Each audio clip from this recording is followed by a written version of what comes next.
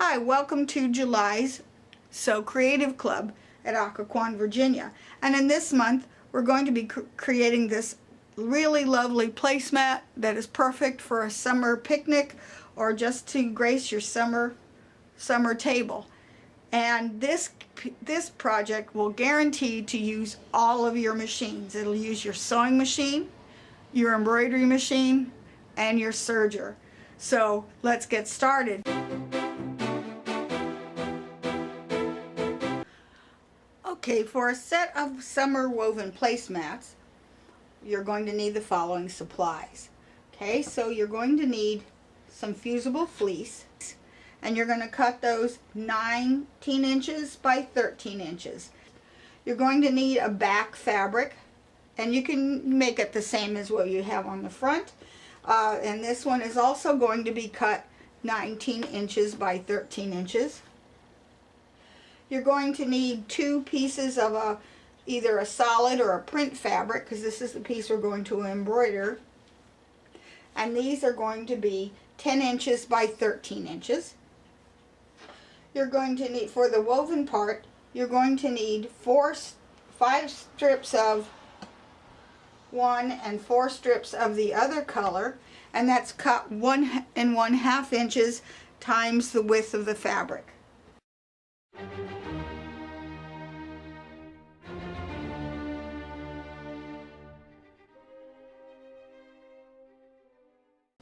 For the applique, you're going to need 2 pieces for the watermelon part, and that is going to be 3 inches by 5 inches. You're going to need, this is for the watermelon rind, a light green, and you're going to need 2 pieces, 2 inches by 3 inches, and 2 pieces, which is 3 inches by 1 1/4 inches. Okay, you're going to need 4 pieces of fabric, 2 for each for the leaves, and those are cut 2 1/2 inches by 2 1/2 inches. You're going to need a piece of yellow for the flower, and that's 3 1/2 inches by 3 1/2 inches, and the center of the flower is 2 1/2 inches by 2 1/2 inches. And for the embroidery, you're going to need some tearaway stabilizer and a 5 by 7 hoop. So okay, let's get started. We're going to start first with the embroidery. Okay, and here's the colors I selected for my embroidery thread. So I selected red and this raspberry color to go with the pink, yellow for the flower, like a orange, burnt orange for the center of the flower. That's dark green for the leaves, light green for the watermelon, white that goes on there, black, pink, and gray for the mouse, and red for the ladybug. So I'm going to put these aside. And so the first thing we're going to do is you're going to put the marks in the center of your fabric. Now this is your fabric, and it's going to be oriented this way, straight up and down the long way. In other words, this is the 10 inch by 13 inch size. So I put my marks through the middle using a friction pen, but you could use a water soluble marker. Just press your fabric. And I'm going to use a rinse away, tear away stabilizer. So, but before you mark your fabric, what you want to do is press it really well, and you want to give it several layers, at least 3 to 6 layers of heavy spray starch, not sizing, not clean and press, just plain old Niagara or whatever brand spray starch, and spray it really well. Or you could use Terril Magic with 1 layer of spray, and it makes it fairly stiff. And what that does is it helps keep the fabric, especially cotton, from puckering up during the embroidering process. Helps keep that fabric from shrinking in. So I'm going to layer. And you want to get this fairly tight because the design is pretty close to that 5 by 7 size, and that's about the limits of the hoop here. So what I'm going to use is I'm going to use my template, which comes with your machine. You want to look at the grid so that you can see the letters ABC, so that you can see them. At the top of your hoop is a little triangle, and it's very hard to see, but you can feel it. That's the top of your hoop. So you put this, it inserts and clips in. Now notice right here. This looks like the center of your hoop, but it is not necessarily where the exact center of that hoop is. That's why you trust your template. Notice that the center is just a little bit off to the left of the natural center of the hoop. So I'm going to lay this on top. I'm going to loosen the screws. Okay, I'm going to lay this over the center so that I can't see any of those lines that I drew. So it's right in the center. Put in 2 corners. And what you do is go 2 corners into the top. Then you're going to push the bottom hoop into the top. And see how that hoop doesn't move? The fabric doesn't move in the hoop. Of course, you need to loosen it a little more. And it fits in easily. You should not have to put your full body weight into this hoop in order to hoop it. There we go. Now you remove the template and you're ready to sew. So let's go to the sewing machine. Okay, I have my design loaded into my machine and my hoop is set into the machine and we're ready to go. I've loaded pink into the needle and regular embroidery bobbin into the bobbin. So if you want this design, it is available for free if you send me an email at waltzquilt@yahoo.com. And the instructions that I send with it will also have the color stop chart so that you know what color to put in at what color stop. So, okay, the first thing I want to do really is to go ahead and line up my needle so that it is in the exact center of the crosshairs. And on this machine, I just simply have to use my arrow keys until my needle sinks right into that center, and there it is. Okay, it's ready to stitch. So I'm going to go ahead and stitch the first color, and right now it's pink, and so let's get started. I'm going to go ahead and stitch this. I'm going to go ahead and speed up the stitching so we can make this video go a lot faster.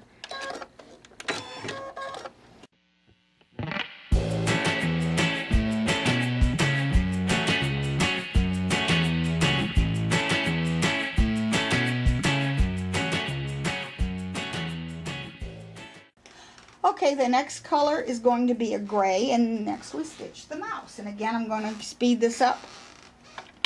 I do wish my machine would stitch this fast.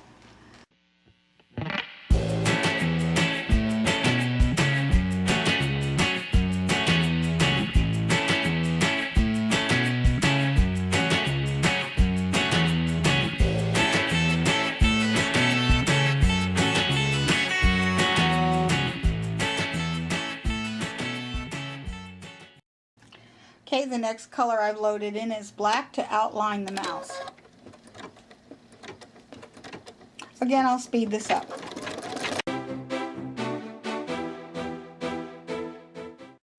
Okay, next I've loaded the hot pink for the watermelon.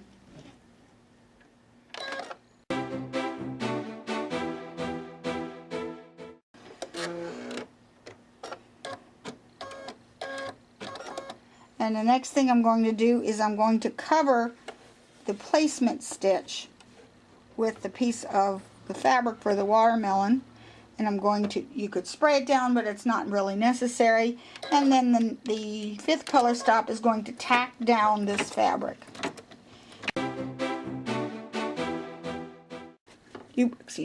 At this point, you want to remove the frame from the machine, but do not take the fabric out of the hoop.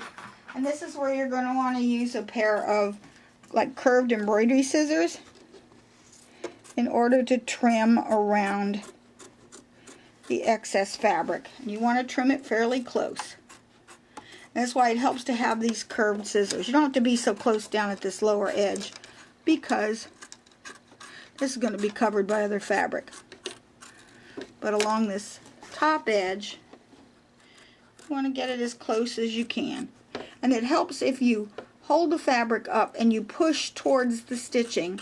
That'll really get it nice and close. Okay, color stop is going to show you the placement for the watermelon rind pieces.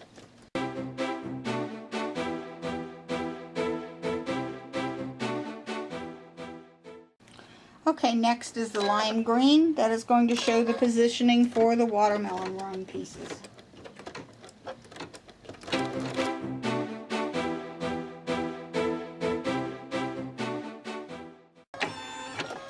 Okay, and the next one is going to be the tack down for the rind pieces. So again, I'm going to cover that up. I'm going to let it stitch the first half of it.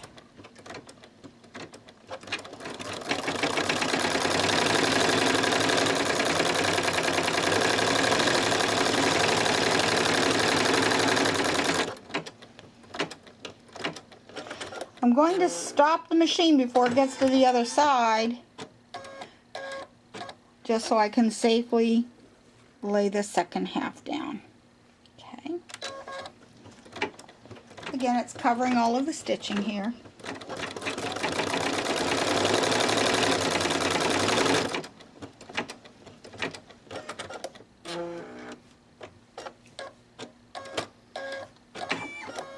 Okay, now I'm going to remove the hoop from the machine and trim all of this excess away.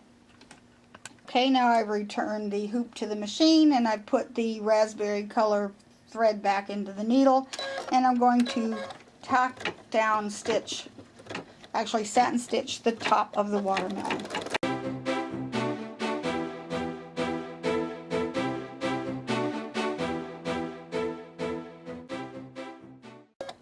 Okay, now remember with this project, the satin stitch is kind of small. It's not the real wide one, so what you're going to be very careful in trimming away at least the part that's going to be satin stitched in as close as you can to the edge. Okay, the next color stop, which is number 11, puts in the lime green again into the needle so that I can satin stitch around the edges of the watermelon rind.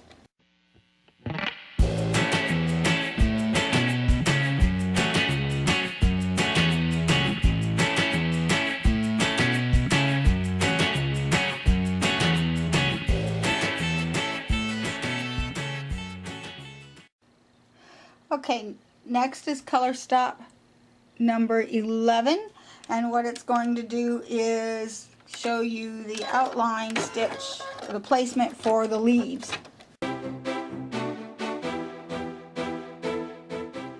And then the next, which is color stop number 12, is going to be the tack down for the leaves. So I'm just going to make sure that I cover the stitching and tack the fabric down. After it stitches the first leaf, I'm going to stop it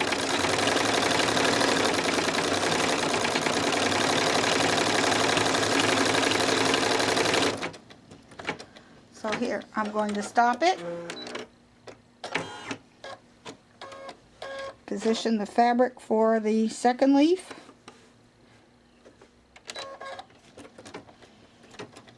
and stitch it down.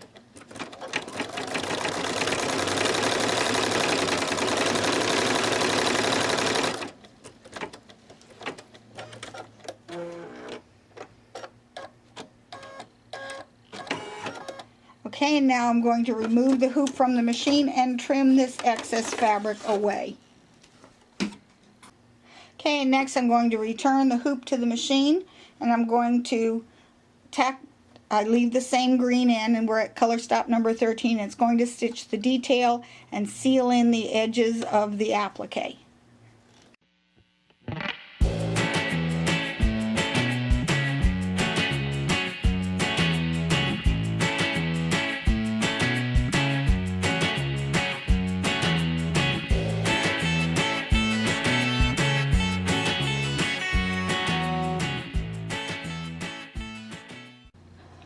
Okay, color stop number 14.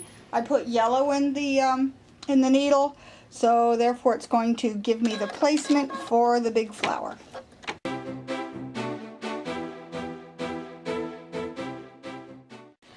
Okay, and now I'm going to place the yellow fabric on top of the stitching so that it will tack down the flower piece.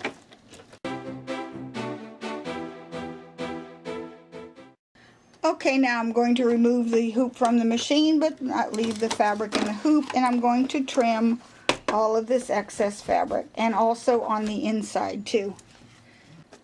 Okay, now I've trimmed around the outside and the inside, and so the next thing is color stop number 17, which is yellow, and seal in the edges of the applique fabric.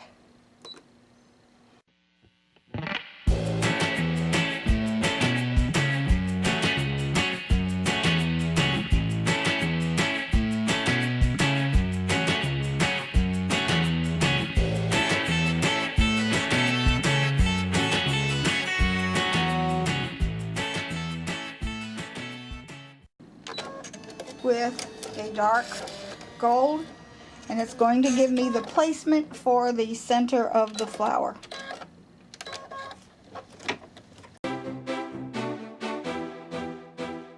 And now I'm going to put the center of the flower color in. That's it. And let it tack down the stitches.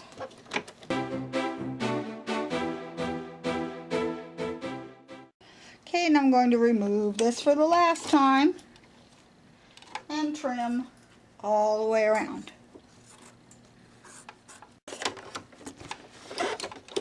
And color stop number 19 is going to seal in the edges of the fabric with a satin stitch and do any detail work.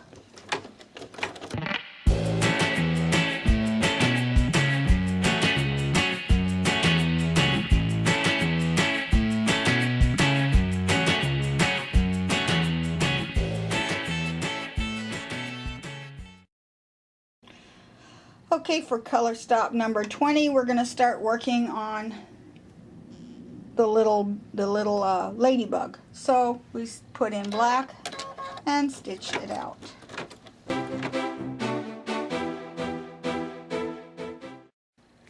Okay, next is color stop number 21, which has red, so that it can start doing the ladybug.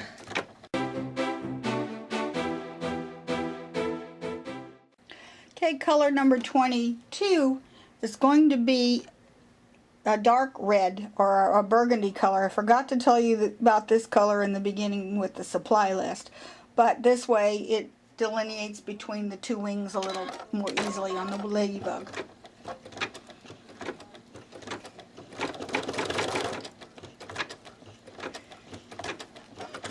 Okay, and then the very last color stop is going to be color stop number 23, and what it's going to do is put in all the spots on the ladybugs and all of the watermelon seeds in the watermelon.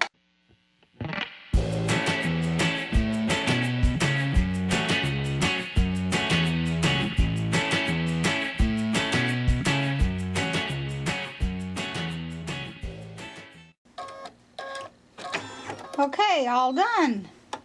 Okay, so now what we're going to do is take it out of the hoop, give it a good pressing, and set it aside while we make the rest of the placemat. You can remove the stabilizer if you like. Just carefully tear it away. Tear towards the stitching and give it a good press on top of a towel so that it'll raise the stitching. Okay, I'll be back in a minute.